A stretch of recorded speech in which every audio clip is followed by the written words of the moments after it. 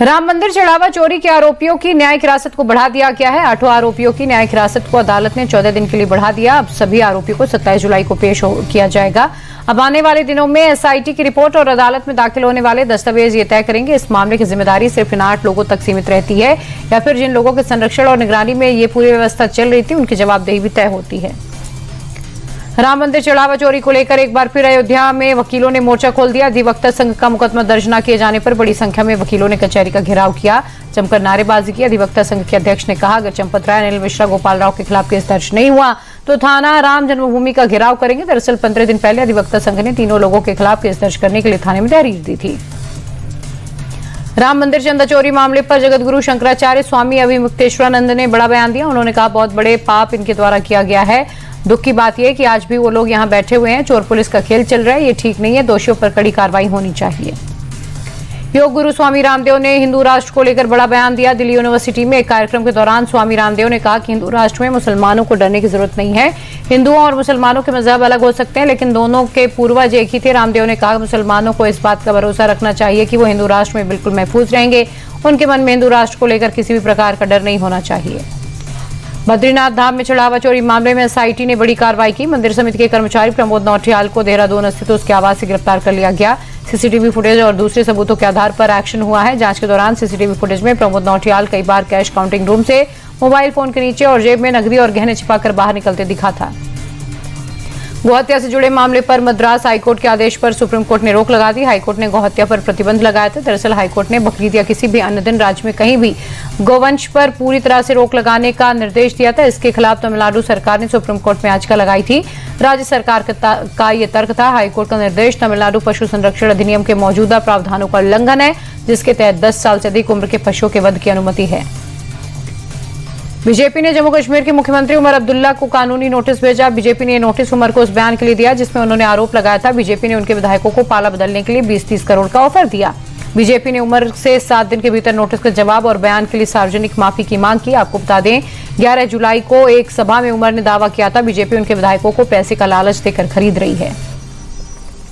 ममता बनर्जी की मुश्किलें बढ़ती जा रही हैं। ममता बनर्जी से उनकी टीएमसी और पार्टी का सिंबल छिन सकता है। टीएमसी के फंड पर बागी कैंप का कब्जा हो सकता है, क्योंकि ममता बनर्जी के करीबी एक-एक कर उनका साथ छोड़ रहे हैं, बागी कैंप में शामिल हो रहे हैं। और अब दीदी के करीबी ज्योति प्रिय मल्लिक, शांतनु सेन, निर्मल घोष, अनुव्रत मंडल और ताजमुल हुसैन भी बागी कैंप में शामिल हो गए।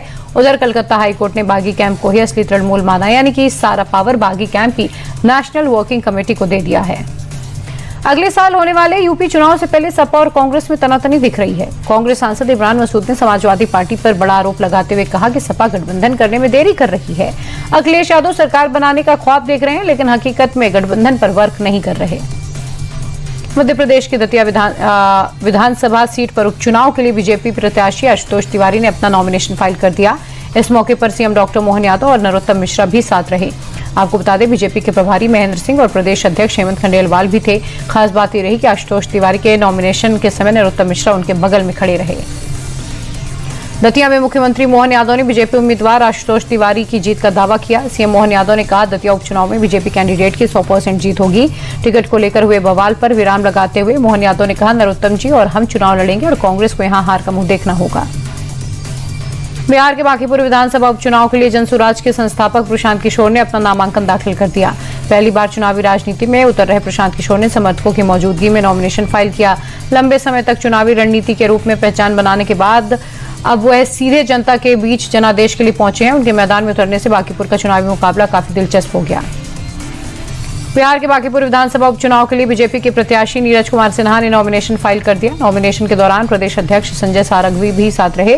बीजेपी का मजबूत गढ़ माने जाने वाले बांकीपुर सीट के लिए पहले बीजेपी ने अभिषेक कुमार सिन्हा को उम्मीदवार घोषित किया था, लेकिन बाद में पार्टी ने उनकी जगह नीरज कुमार सिन्हा को मैदान में उतार दिया। बांकीपुर विधानसभा उपचुनाव में जेजेडी की प्रत्याशी वीणा मानवी को जमानत पर रिहा कर दिया गया। अपनी प्रत्याशी की गिरफ्तारी पर पार्टी अध्यक्ष तेज प्रताप यादव ने नाराजगी जताते हुए कहा कि राजनीतिक साजिश के तहत ये गिरफ्तारी हुई है। इस मामले में पार्टी अदालत तक जाएगी। तेज प्रताप ने सवाल उठाया कि गिरफ्तारी वारंट नामांकन के दिन ही क्यों लागू हुआ? अगर मामला था तो पहले भी कार्रवाई हो सकती थी। ईरान अमेरिका युद्ध में अब रूस की एंट्री हो गई। पुतिन ने अपने सबसे शक्तिशाली एयरक्राफ्ट को ईरान भेज दिया। फ्लाइट ट्रैकिंग डेटा के मुताबिक रूस के एलीट विमान ने तेहरान में लैंड किया। यह विमान रूस का सबसे संवेदनशील और शक्तिशाली एयरबोर्न स्ट्रैटेजिक कमांड एयरक्राफ्ट है। यानी अमेरिका के खिलाफ इस जंग में पुतिन खुलकर ईरान का सपोर्ट कर रहे हैं। ईरान के खुजेस्तान में एक के बाद एक कई धमाके सुनाई दिए। बताया जा रहा है कि अमेरिका ने यहां IRGC के ठिकानों पर बमबारी की। इससे पहले 9 जुलाई को अमेरिका ने अहवाज में बमबारी की थी। उस हमले में 3 लोगों की मौत हुई थी, जबकि कई घायल हुए थे। शेयर बाजार हरे निशान के साथ बंद हुआ। सेंसेक्स 47 अंक चढ़कर 77,616 के स्तर पर बंद हुआ। निफ्टी में भी 4 अंकों की बढ़त दर्ज की गई, जिसके बाद निफ्टी 24,211 पर बंद हुआ। IT और मीडिया शेयर में सबसे ज्यादा खरीदारी रही। ईरान अमेरिका तनाव के चलते बाजार में उतार चढ़ाव जारी है। अमेरिकी डॉलर के मुकाबले रुपया गिरावट के साथ बंद हुआ। डॉलर के मुकाबले रुपया 27 पैसे टूटा, जिसके बाद एक अमेरिकी डॉलर की कीमत 95 रुपये 65 पैसे हो गई। इंटरनेशनल मार्केट में कच्चे तेल की कीमतों में भी गिरावट आई। विदेशी मुद्रा कारोबारियों का कहना है एशियाई करेंसी में और कमजोरी ने रुपए पर दबाव डाला। एक्सपर्ट की माने तो आने वाले समय में रुपया मजबूत हो सकता है। देश में खुदरा महंगाई लगातार छठे महीने बढ़ी। जून में रिटेल महंगाई दर बढ़कर 4.38% पर पहुंच गई, जो कि मई में 3.93% थी। आलू, अदरक समेत खाने पीने की चीजों के बढ़ते दामों का इसमें बड़ी वजह फूड इन्फ्लेमेशन भी बढ़कर 5.32% हो गया। जनवरी 2025 के बाद पहली बार खुदरा महंगाई रिजर्व बैंक के 4% के मिड पॉइंट टारगेट के ऊपर पहुंची है। लॉर्ड्स के ऐतिहासिक मैदान पर खेले गए पहले महिला टेस्ट मैच में भारतीय महिला क्रिकेट टीम ने इतिहास रच दिया। हरमनप्रीत कौर की कप्तानी वाली टीम इंडिया ने इंग्लैंड को 270 रनों के बड़े अंतर से शिकस्त दे दी। चौथी पारी में महिला टीम इंडिया ने इंग्लैंड को 457 रनों का टारगेट दिया था, लेकिन इंग्लैंड की टीम 186 रनों पर ऑल आउट हो गई।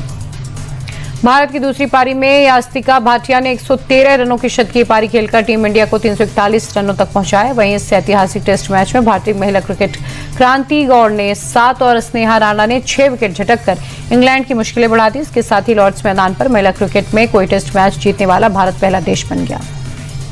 इंग्लैंड के खिलाफ पहले वनडे में भारतीय क्रिकेट फैंस का इंतजार खत्म हो जाएगा। वनडे क्रिकेट में टीम इंडिया की त्रिमूर्ति की वापसी हो रही है। रोहित, विराट और जसप्रीत बुमराह पूरे 967 दिनों के लंबे इंतजार के बाद एक साथ मैदान पर उतरने के लिए तैयार हैं।